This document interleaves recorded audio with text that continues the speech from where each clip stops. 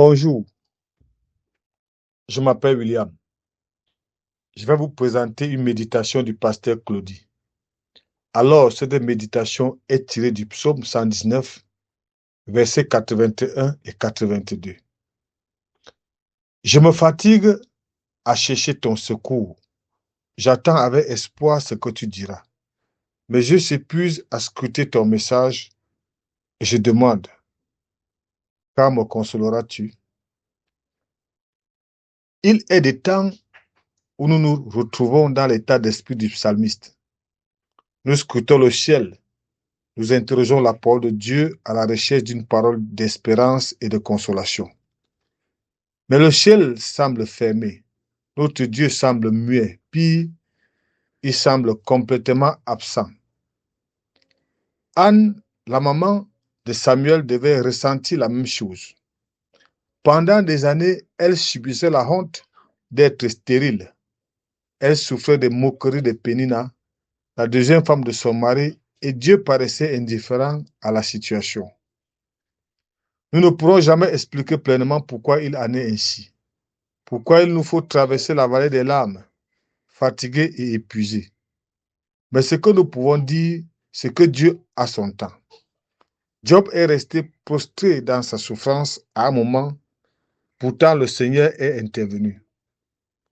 L'après a été plus glorieux que l'avant, surtout dans la perception de qui est Dieu. Job dira, je ne savais de toi que ce qu'on m'avait dit, mais maintenant, c'est de mes yeux que je t'ai vu. Job 42, verset 5. Anne est devenue la maman d'un des plus grands prophètes de tous les temps. Elle a été honorée autant qu'elle avait été abaissée. Mes bien-aimés, si nous nous trouvons dans la vallée des larmes, j'aimerais que nous trouvions une lueur d'espoir dans ces quelques paroles. Tout a un sens pour Dieu.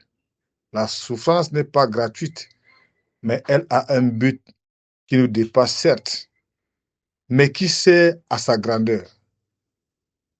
Au temps de Dieu, nous serons élevés bien plus haut que nous avons été écrasés par des circonstances ou par les êtres humains.